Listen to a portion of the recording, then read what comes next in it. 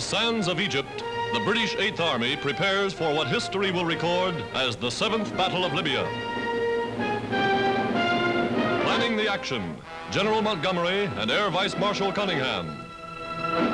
For weeks, the British prepared with a thoroughness bred of past experience. For weeks, vast supplies and equipment have poured in from England and America. And as Britain's 8th Army grows, is reinforced, not a supply ship reaches Rommel. So completely are Allied submarines and planes dominating the Mediterranean. Then, in the black hours before dawn, Montgomery gave the order to advance. Guns were first to blaze into action.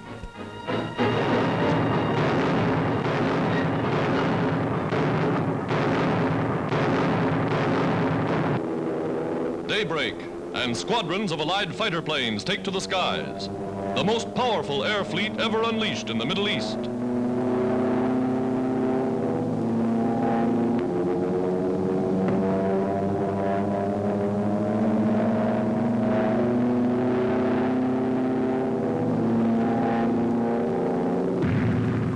Montgomery's armored might begins to roll. The British offensive is on in force. From the sky, American and RAF bombers blast the enemy across a 40-mile front, unleashing tons of high explosive on Rommel's surprised and reeling Africa Corps.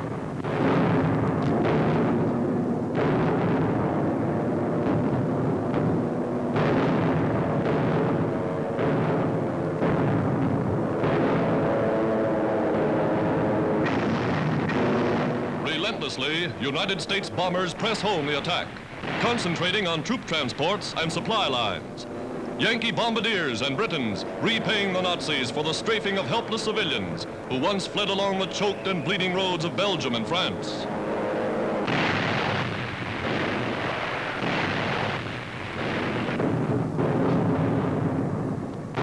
In the desert, new tank destroyers, far outranging the Nazi guns, smash Rommel's vaunted ring of steel. Infantry breaks through. Scots of the reformed 51st Highlanders, shattered in Europe, now avenging their comrades. Tanks, guns, men, Canadians, British, Anzacs, slashing the Nazi forces to ribbons.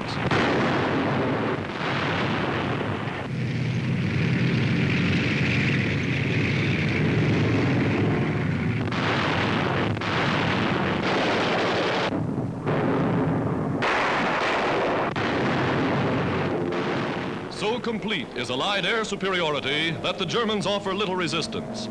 Sailing above and through Nazi anti-aircraft fire, the bombers shoot down Messerschmitts that challenge their advance.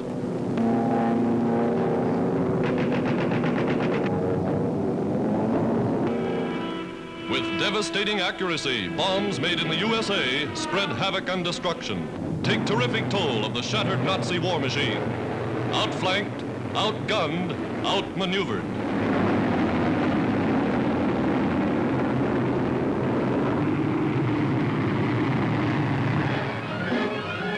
The roundup of prisoners, dazed, shell-shocked Nazis, remnants of the once proud Africa Corps.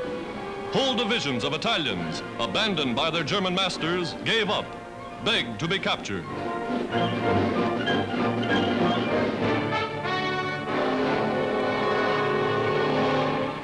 Pressing forward more than 35 miles a day, the British advance becomes the rout of Rommel.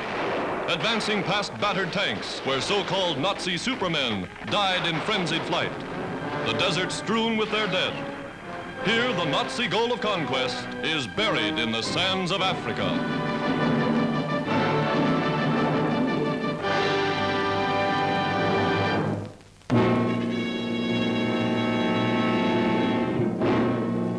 Gray dawn off the French North African port of Oran brings United Nations the best news yet.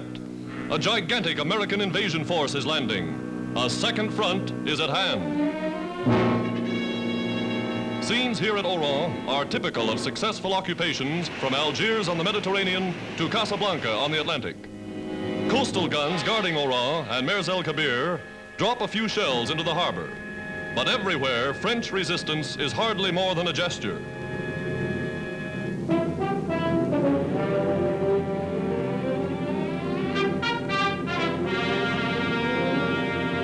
From transports standing offshore United States troops observe the action, await the order to go in.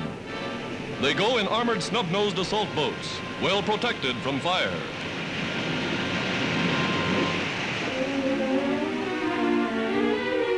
Wading ashore, the Americans establish beachheads exactly as planned months in advance.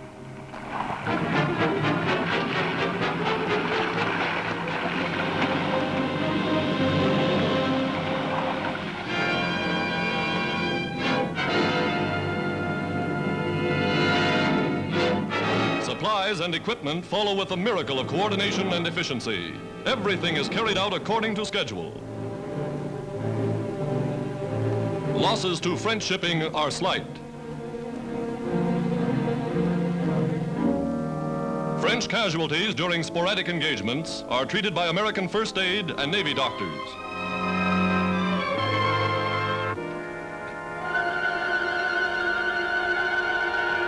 The American entry into the historic city of Oran is a memorable event. For in seizing control of France's strategic North African ports, the United States is striking the first blow toward bringing about the collapse of the Axis.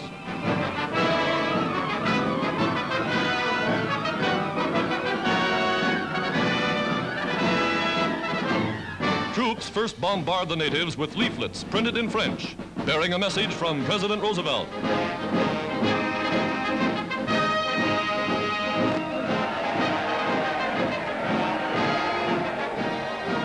Instructed to conduct themselves courteously toward the populace, the army takes over without incident.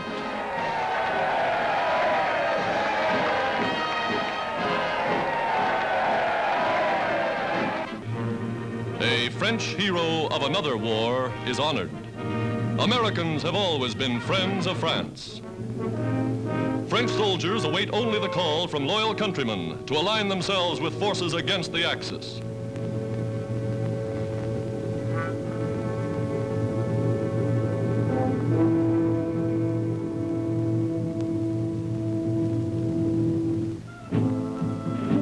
Natives of Oran look with interest upon the Americans of whom they've heard so much. Gape with wonder as a Signal Corps trooper contacts his regiment by field telegraph. First to be seized are Oran's 4 aerodromes.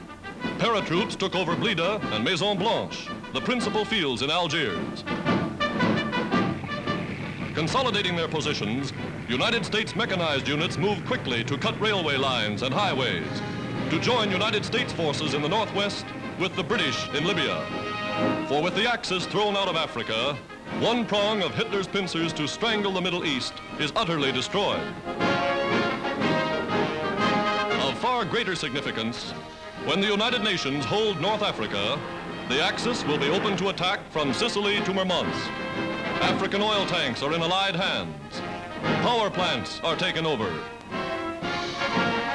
Railway lines are operated by experts from America.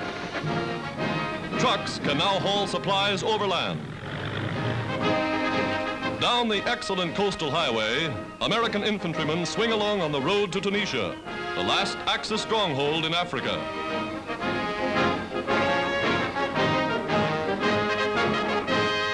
Opening phase of what military experts regard as a second front of major importance.